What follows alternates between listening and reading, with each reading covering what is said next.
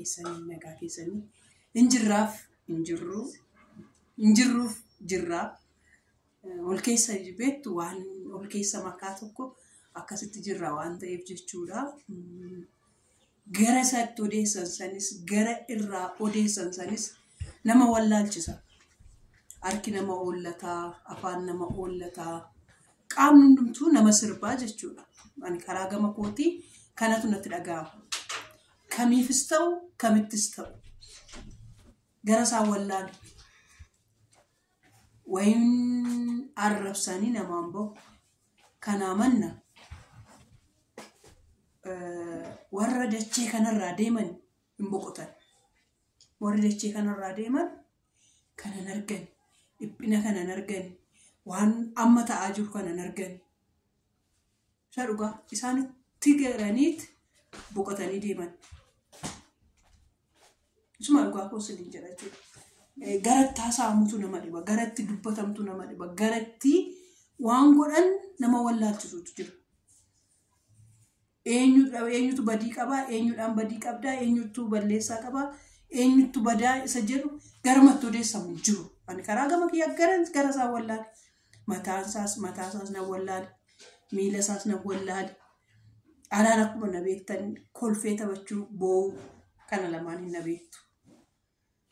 Waa'een boo'u jechuun haadha taatanii kana arguurra du'anii biyyoo galuu wayya. Isuma dhugaa maaliif du'an?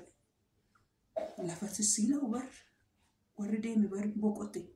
Dhugaa bara kana keessa Hacaaluun beekumsaa hin boqotte. Arguu dhabuusaa hin boqotte. Isuma dhugaa hin boqotte. Haati Oromoo waggaa boossu arguurra maa inni bu'aansaa? Abbaan Oromoo waggaa boo arguurra maa inni garamitti dubbatama? Maaltu jedhama? Maaltu godhama? Eenyutti sabee jedhama?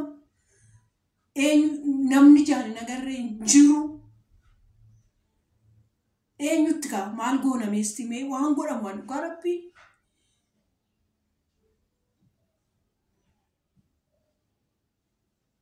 Baratti lammuu waqa qomoo keettee eenyutti garumatti dheeffattullee garumatti deemtullee hiroo hin qabnedha nu jechuudha.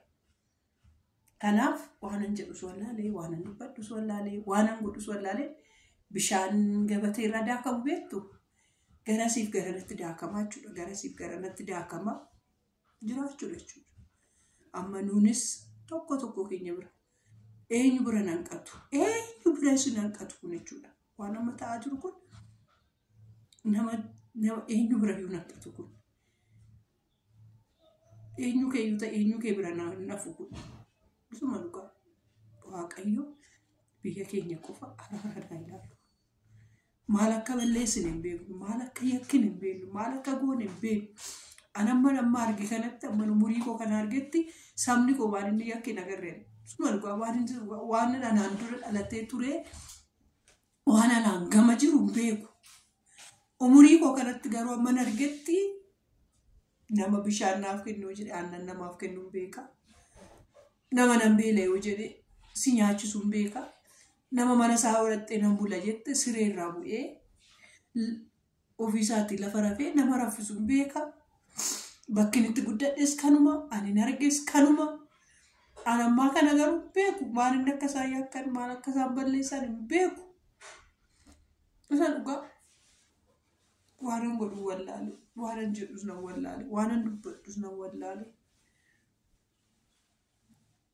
Ani qabu waan tokkoof tokko garuu Waaqayyo kootti bu'u, Waaqayyo koo qofa kadhachuu, Waaqayyo koo biyya koo ilaali jechuu qofa kana qofa hin danda'an. Kanaan ala eenyuttis akka himatan, eenyuttis akka bu'an, eenyuttis akka jeetan hundi isaanii iyyuu hin beeku. Bariin argu barii isaanii jechuudha. Hundumti isaanii iyyuu hin argu. Namni nagarree hin jiru. Namni ni ilaalle hin jiru. Kanaafuu eenyutti jeetu? Namatti bu'atanis hin jiru, namni itti matanis hin jiru. Namaaf dafee furmaata namaa kennu eenyudha? Waaqayyo qofadha. Waaqayyotti bu'aa akka amantii keessanitti dhugaa rabbii. Waaqayyotti bu'uudha, Waaqayyotti iyyuudha, Waaqayyotti kennachuudha, Waaqayyoon ati nu ilaali. yaa biyya keenya ilaali. Yaa biyya keenyaaf ati dubbadhu, ati ka'ii.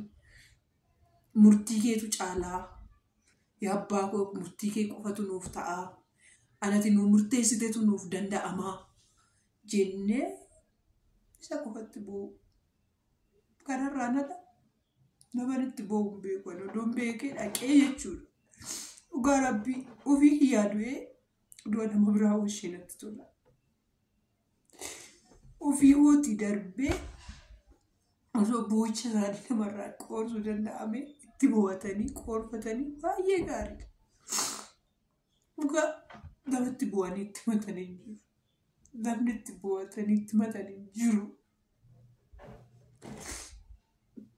Eenyutti hafee jiru? Eenyutti bu'u? Eenyutti matu? Namni itti matamu hin jiru. Namni itti bu'atanii hin jiru. Abbaan murtii garuu abbaan inni nu uume Waaqayyo inni qofa murtii nuuf haa laatu. Inni qofa imimmaan haadha Oromoo irraa haa xarabu. Imimmaan haati kamiyyuu jechuudha. Haati kamiyyuu iddoo boobaatti namatti tola. Haati kamiyyuu jechuudha.